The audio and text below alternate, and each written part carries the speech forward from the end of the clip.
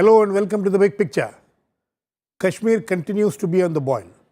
Nearly 2 weeks after a young militant, Burhan Wani, was killed by security forces. The valley has been under curfew for 10 days. After Burhan Wani's death, 40 people have been killed, mostly civilians, and over 3,000 people have been injured, including women and children. It is said that it is one of the worst phases of violence witnessed in the valley for several years. The response of the authorities has been to clamp down on the media, with newspapers not having come out for a second day in succession. All mobile phones of private networks have been shut down, except BSNL postpaid services. Internet is badly disrupted, and generally a sense of despair is visible all over. The violence, however, continues unabated, with stone pelters attacking the security forces. Why has the situation reached this stage? Why the killing of a young militant has resulted in such fierce counterattack? How much of the civilian fury being witnessed is due to assistance and provocation from across the border? How is it that the situation can be brought under control? What is the way forward?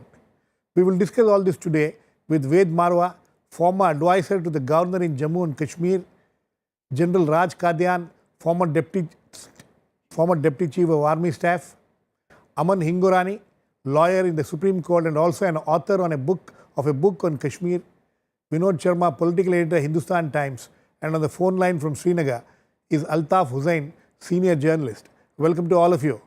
Mr. Hussain, what is the situation today in the valley, in Srinagar and also in the valley? Well, as you said, it's the 10th day and curfew is in place and tension is there all over the valley. And people have been mostly confined to their homes. And there have been clashes between the security forces and these ordinary civilians who have been protesting against the killing of Burhan Wani and subsequent killing of ordinary civilians in firing by the police and paramilitaries. So it's the 10th day now, and valley has been on the boil. Okay, Mr. Marwa, you have been there, you have experienced, you know the place, you know the people. Why do you think one young militant being killed? Why this kind of an eruption? No, it's a very sad situation. There is no doubt that what has happened is very tragic.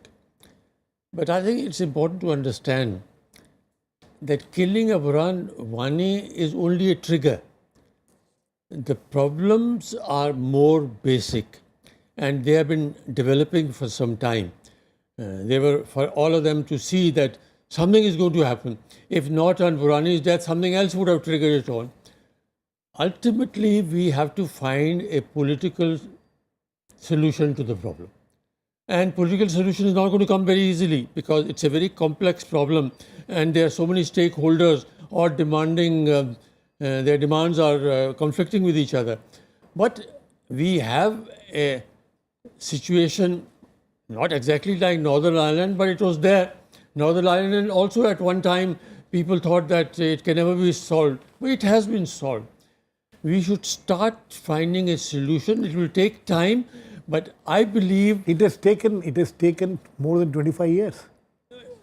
70 years. What? No, after the latest the problem has been building up from that time. I'm talking of the post 1990 situation. And it has been interesting. And we were there at that time in yes. 1989, 1991. And the problem is soluble, but there is a Pakistan factor, as you mentioned.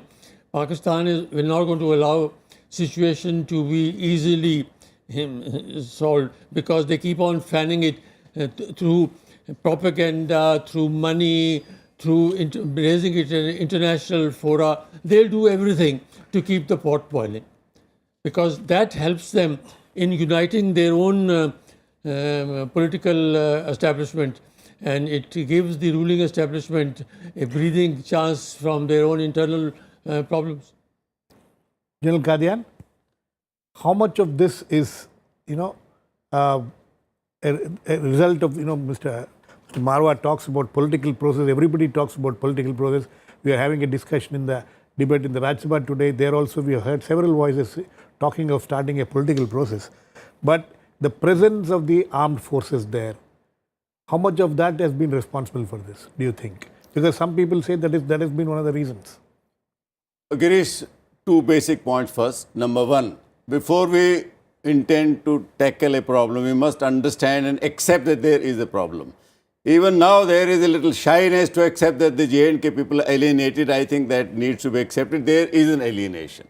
Number two, India is not new to problems of separatism. We have had this in Nagaland, Mizoram, where in fact diversity is much more pronounced, not only religion, which is the case in Kashmir, also the culture, the ethnicity, the customs, everything was different. There India has been able to successfully tackle the problem. If J&K is still lingering, it is because of Pakistan. So that factor we cannot ignore and we need to tackle it. Now you mentioned about the security forces. We must understand the problem is multidimensional. Governor Marwa mentioned it is political, it is economic, it is social, it is psychological. Security forces are a containing element. They are not a curing element. They have no cure for it. They will keep containing it. They have contained it for the last 70 years. They will contain it for the next 70, despite the... Sometimes they contain, sometimes they are not able to contain, like what we are witnessing now. If contain in the sense the J&K is still part of India, which is wanted to break away, that is the containment. Of course, there will be ups and downs, there will be casualties, there will be flare-ups like it has happened this time. But when I say containment, the status quo is being maintained. No matter what cost the security forces themselves are paying. AFSPA has been there for 25 years now. And the demand has been, periodically the demand is that it has to be, at least from some areas it has to be removed. But the armed forces doesn't want it to be removed. Why? Don't you think that, if that could be one of the solutions? Girish, if the situation is normal, you don't require any special laws. When the area is declared disturbed, you have to provide special provisions. No army in the world has ever got involved in civil areas without legal protection. You can't expect a soldier to be sent there without his consent, possibly against his will, and then be told that if you make a mistake, even a genuine, you will be hauled up in a criminal court. I don't think that is possible. AFSPA has to stay if the army has to remain deployed. Would you like to react to that, Mr. Marwa? Well, there is a problem because when you make army do the police jobs, you have to give them the protections under the law which have been given to a police officer. So what he has said under this Act, Armed Forces Special Powers Act, not more powers are given to the army which are not already given to the police under the Criminal Procedure Code. The difference is when there is an accusation against a army officer of using force which is not justified, in that case the inquiry should be done and the action should be taken by the army itself. It is not subject to the local laws. And that is where the problem lies. That's where the problem lies, and that will continue because, as he has very rightly said, the local criminal justice system is simply not functioning effectively. What has to be in Jammu and Kashmir to realize how the violation of law takes place and no legal action is taken, either in the police stations or in the courts. We had a case where one magistrate in Jammu had issued blank bail bonds. He had signed them without the names. The blank. And nothing happens. What can you do? Mr. Aman? Yes. Aman, how do you look at this? Your perception of where the problem lies. You see, I mean, I would pin the blame on the policy of the government of India. I would say that that New Delhi's policy has been misdirected right from 1947 onwards. The simple policy even today being followed by the government of India is this is a law and order problem, area clearance, send the armed forces in to contain the problem. That's what's been said by the other speakers. Now, the security forces did not create the Kashmir issue. It does not have the solution for the Kashmir issue. But its mandate is maintain law and order at whatever cost, and that's bound to lead to human rights violations. So we are dealing with a society where violence is endemic from 1990 onwards. where people have psychiatric disorders, and then you inflict violence on them, state violence, this is bound to happen. So according to me, what is happening in the valley right now should be seen in the larger perspective. You cannot de-link it. Kashmir problem is not only the valley, it is beyond the valley. It includes what is happening in Pakistan-occupied Kashmir. It includes what is happening in China-occupied Kashmir. And that's why my research of the book basically is that if you want a solution, it has to be a comprehensive solution. And if I may just take 2 minutes to explain what that is when we talk about the way forward. Let me just take 2 minutes on that. We have seemed to have forgotten very conveniently that we are the ones who have internationalized the Kashmir issue. We are the ones who took it to the United Nations Security Council. We are the ones which gave standing to all countries, including Pakistan, to comment on what's happening in Kashmir. We are the ones who said that the accession is conditional. We are the ones who said, which gave a disputed status on this territory. So what we are saying is a terrorist movement, the other countries are saying is a freedom movement. Now, if there is a dispute about title of a house, you create a dispute, what do? You go to a court of law and say, well, this is my house, tell the other person to leave. Similarly, when we have created doubts about our title to the entire state of Jammu and Kashmir, the only way forward is to change the political discourse. And that we can do is by getting a finding from the World Court to say, well, this entire state belongs to India. We have to change the entire political discourse nationally and internationally. And at the same time, bring in CBMs, win the love of the people. Law can't resolve Kashmir issue. But it can set the environment, it can change the political discourse in which you can take proactive steps. So I would say that you have to get into the international stage. This kind of containment is going to just make the problem worse. There's going to be more and more violence in days to come. Okay, you have an interesting point of view. Vinod? I think that it's not the valid point of view.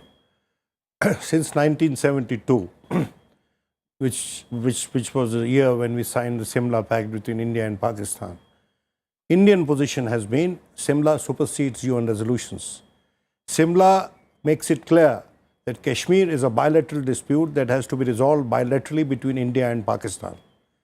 And that is where the question arises that whether the government can afford a long spell of no talks with Pakistan, because that will give Pakistan an opportunity to go and tell the international community that bilateralism, which was the essence of Shimla, has failed.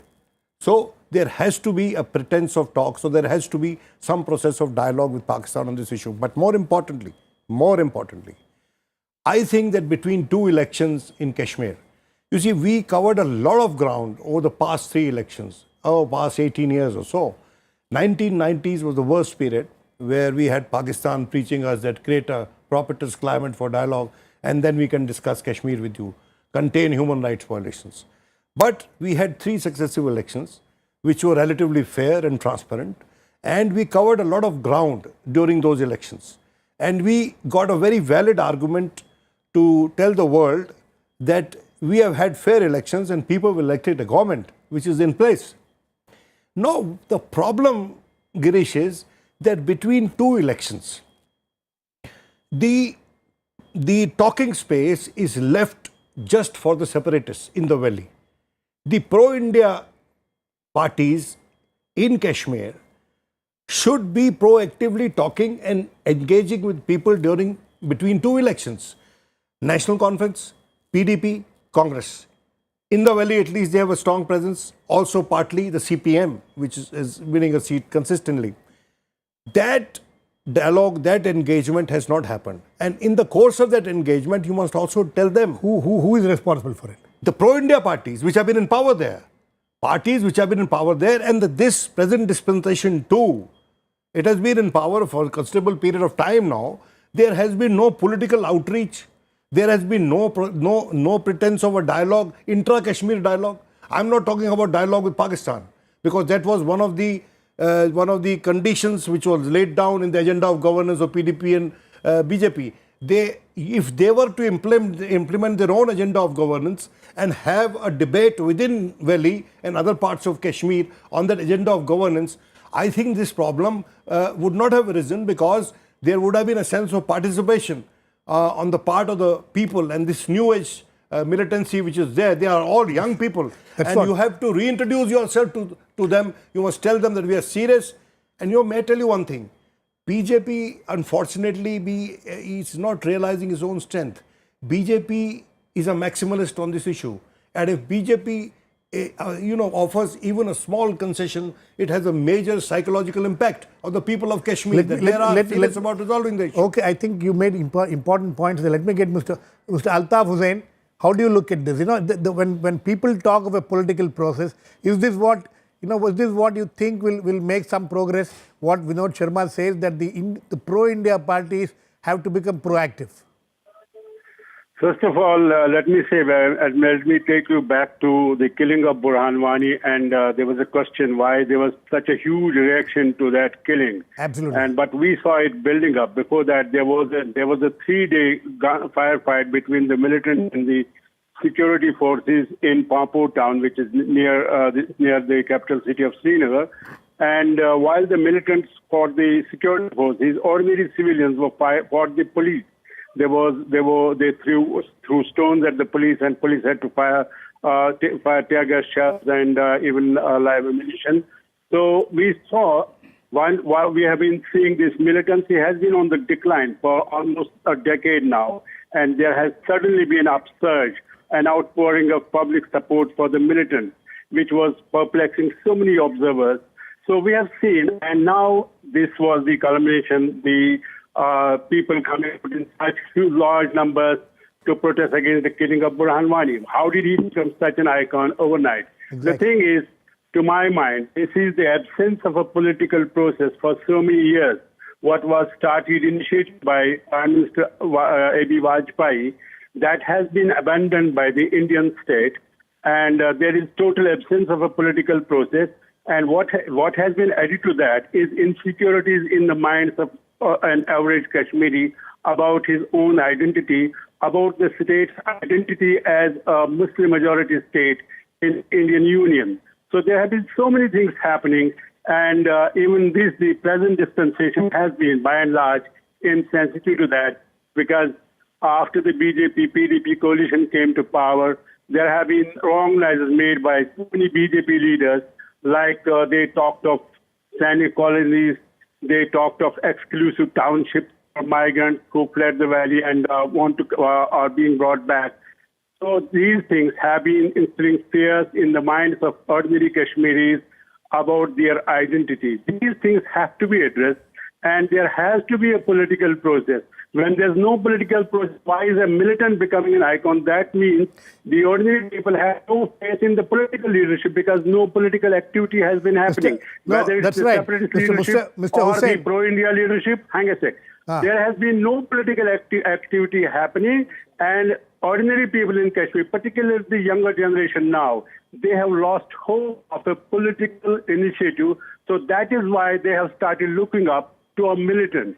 So That's Mr. why they came out in such large Mr. numbers. Hussain. And there's one more aspect to it.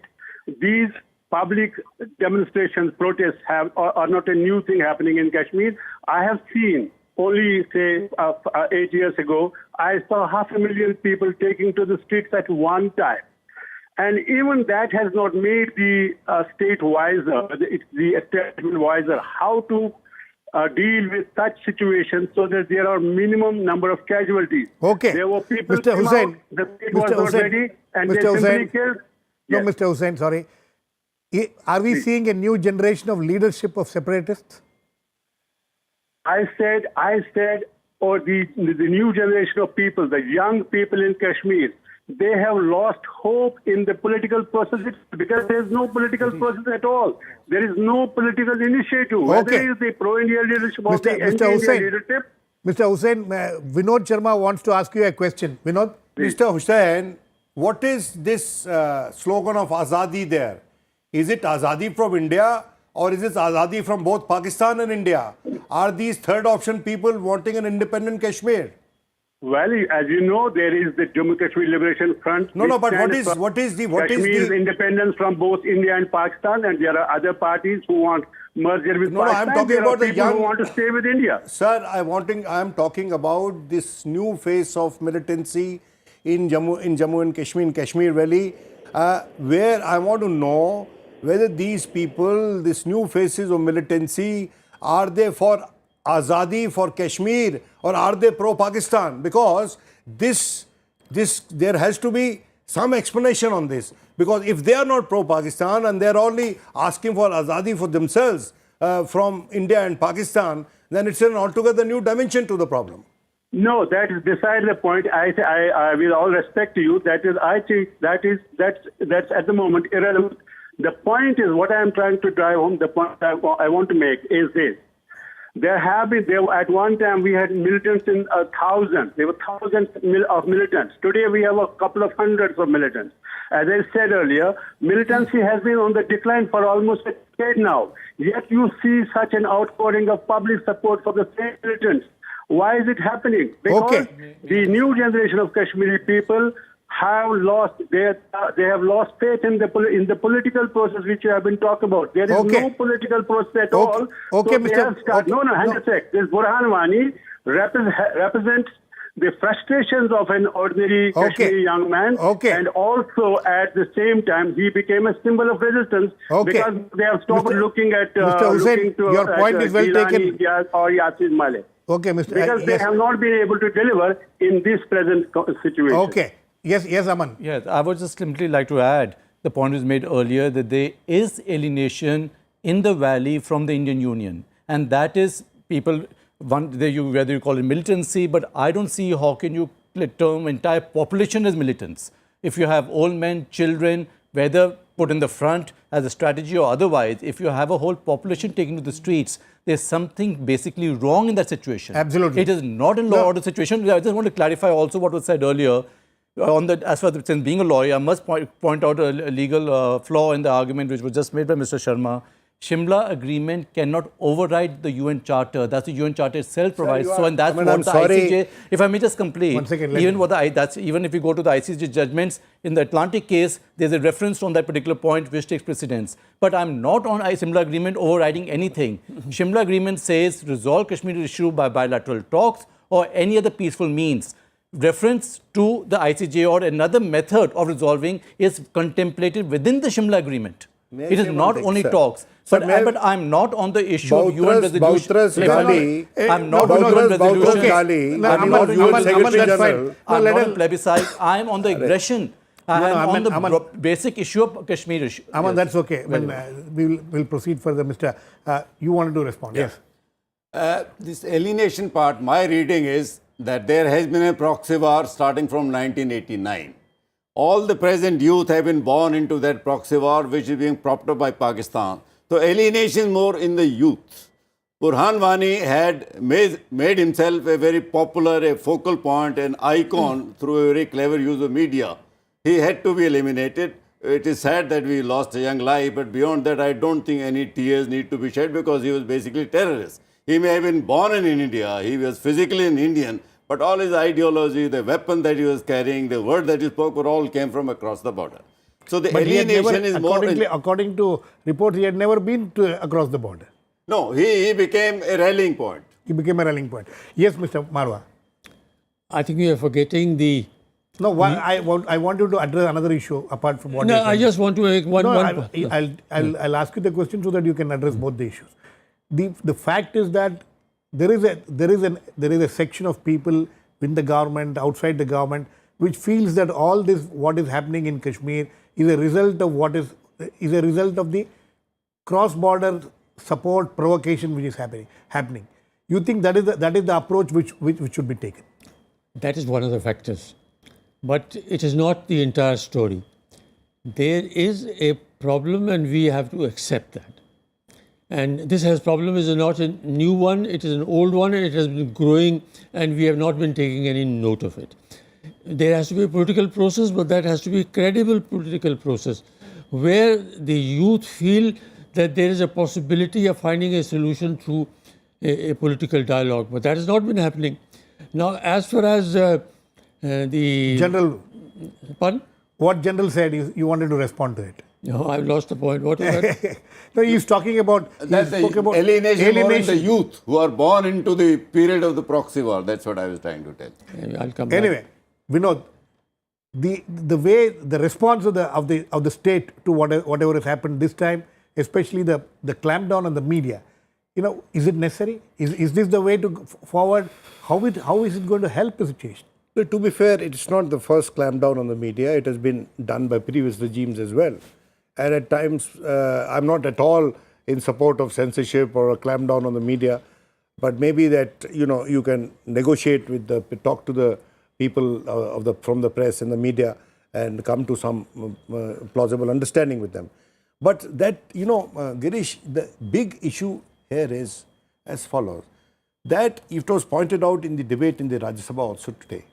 There is a full-fledged debate in the Rajya Sabha. Dr. Karan Singh also spoke. Yes. And Dr. Karan Singh made a very telling point. He says, listen, like other speakers, that look, there is militancy and there is a civilian population. Right. Which may be emotionally attached to some of the militant faces. You have to make a distinction between them. You have to chalk out a strategy as to how to handle the civilian population, how to deal with them, and how to deal with the militancy, maybe in two different silos, which is not possible always. We also at the same time have to be sensitive to the problems our security forces face there. Because, they are lifted from far away in northeast or somewhere from the south and just plonked there and they have to tackle the situation. But to me, the only solution is, and as was suggested by Dr. Karan Singh, that in the past there have been tentative attempts at setting up a dialogue table with all stakeholders. And Dr. Singh said it should be including the separatist parties that are wanting to go the separate way from India. You have to set up a dialogue table with them. And he said that because in the past the dialogue table was set up, but no follow-up action was taken, that there is a vacuum on the dialogue front.